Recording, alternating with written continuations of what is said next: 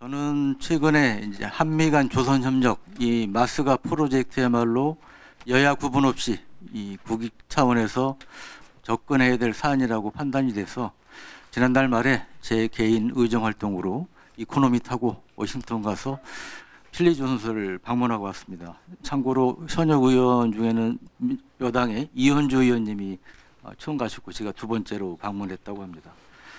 최근에 중국의 필리조선소 등에 대한 제재가 있었고 오늘도 마침 미 국무부에서 반박하는 입장이 나와서 이와 관련된 질의를 드리려고 합니다. 첫 번째, 지금 이 사진을 우리 청장님께서 보신 적이 있습니까? 이 사진은 못 봤고 최신 사진만 봤습니다. 네. 이게 뭐냐면 1947년에 필리 조선소에서 건조한 벨리포즈라는 항모 사진인데요.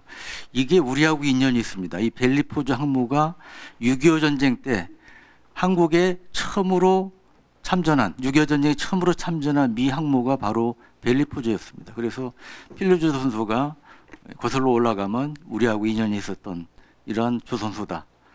이런 거를 제가 가서 좀 파악을 했습니다. 다음은 이제 짧은 영상을 보시면서 제가 좀 현황 설명을 좀 드리겠습니다. 틀어주시죠. 이게 이제 골리앗 크레인에서 내려다본 조선소 공경인데 전경인데 이게 660톤급입니다. 이 조선소는 거제 조선소의 10분의 1 크기로 굉장히 작지만 골리앗 크레인은 거제 조선소보다 약간 작은 거제 조선소에 있는 게 900톤급인데 이게 660톤급 비교적 큰 골리앗 크레인을 운용을 하고 있었고요. 그리고 이 공정이라든지 생산성 이런 거 우리보다 굉장히 떨어진 상태였지만 이들에 대한 교육, 도제식 교육을 상당히 빨리 진행을 하고 있는 그런 상태였습니다. 그래서 현재 1년에 1.5척 건조하는 수준인데 수년 내로 총 20척 건조하는 걸 목표로 지금 상당히 빨리 개선이 되고 있다는 걸 확인할 수 있었습니다.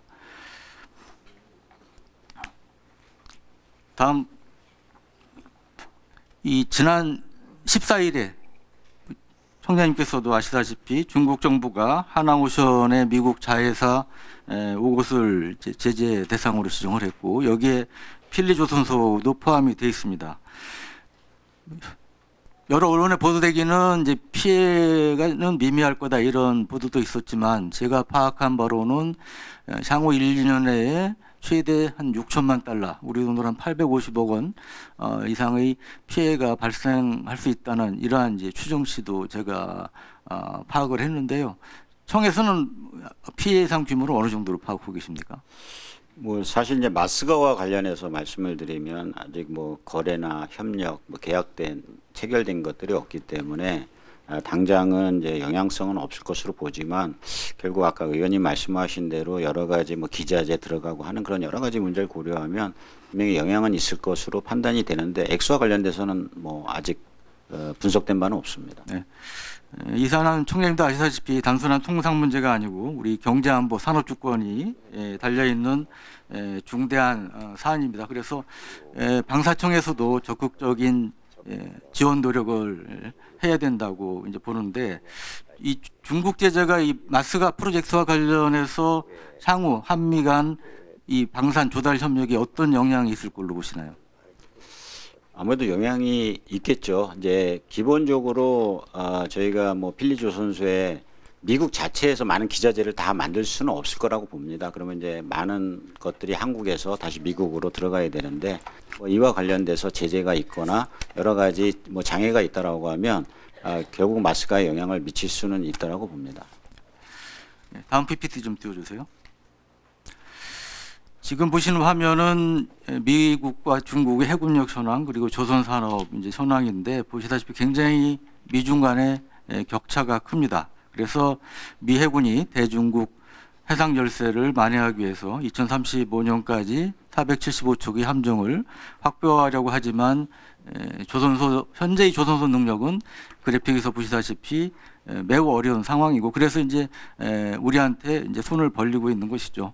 미국 주요 조선소가 1980년대에 300여 곳에서 20여 곳으로 93%나 줄었습니다. 반면에 중국은 이제 함정을 찍어내듯이 지금 만들고 있는 상황이고요. 그래서 청장님, 그 지금 미 조선 산업이 이런 미국의 정책에 따라서 수요가 폭증을 했지만 생산 능력은 이 고갈된 상태고요. 그래서 한미 간 조선 협력 확대를 위해서 어떠한 구체적인 협력 방안을 갖고 계십니까? 네, 기본적으로는 MRO를 저희가 하고 있지 않습니까? 이미 이제 2척을 했고 3척은 계약을 하고 있고 6척은 지금 이제 사업자 선정을 대기를 기다리고 있고요. 일단 이제 MRO를 저희는 이제 확대를 해서 지금 지원함을 하고 있지만 나중에 전투함 또 미 본토에 있는 함정까지 저희가 그 MRO를 하는 것이 저희들 목표고, 그다음에 이제 저희가 건조해서 그 건조한 것을 미국으로 이전하는 그런 것까지 지금 계획을 하고 있습니다. 그래서 그와 관련된 내용들을 방법적인 것도 저희가 이제 미 국방 전쟁성과 그다음에 그 해군성에 전달을 했고, 이제 그걸 하기 위해서는 사실 법적인 여러 가지 장애가 있는데 그 부분에서도 좀 빨리 전향적으로 좀 조치해달라고 요구가 되고 워킹 그룹이 작동되고 있습니다. 알겠습니다. 다음 PPT 주세요. 다음. 그래서 지금 이제 보시다시피 여러 가지 법적인 제약이 있는데 문제는 이 장벽을 풀기 위해서는 우리 항공 쪽도 그렇고 한미 간의 상호 국방 조달 협정이 빨리 체결이 돼야 되는데 네. 지금 좀 난관에 봉착한 걸로 알고 있습니다. 그래서 저는 이게 미국이 좀 계속 시큰둥하다면 마스가를 지렛대로 활용해서 미국과 협상을 하는 것은 어떤가 하는 생각도 갖고 있는데 뭐 그 연계해서 지금 얘기를 하고 있고요. 예. 그다음에 이제 그 RDPA와 관련해서는 지금 그 미국은 이제 NSC의 승인을 이제 앞두고 있는 상황에서 어쨌든 이 마스가가 잘 되기 위해서는 RDPA도 사실 전제돼야 되기 때문에 그걸 같이 연계해서 지금 논의를 하고 있다 이렇게 말씀드리겠습니다. 네, 1분 더 쓰십시오. 그리고 특히 미 해군 훈련기 사업 관련해서 TOC 수출을 위해서는 이 RDPA가 가급적 연내에 체결돼야 이 미 해군 훈련기 사업의 RFP가 이제 12월까지 나온다고 그러지 않습니까? 이제 그래야 도움이 될 것 같은데 그 전망은 어떻게 보시나요? 뭐 사실 저희도 적극적으로 RDPA와 관련돼서는 국방부하고 얘기를 하고 있고요. 하여튼 뭐 아까 말씀드린 미 전쟁부나 이쪽에서는 사실 어떻게 보면 이제 백악관의 그런 어떤 지침을 기다리고 있는 상황이고, 어쨌든 저희의 의지를 충분히 전달하고 있고 노력하고 있습니다. 네.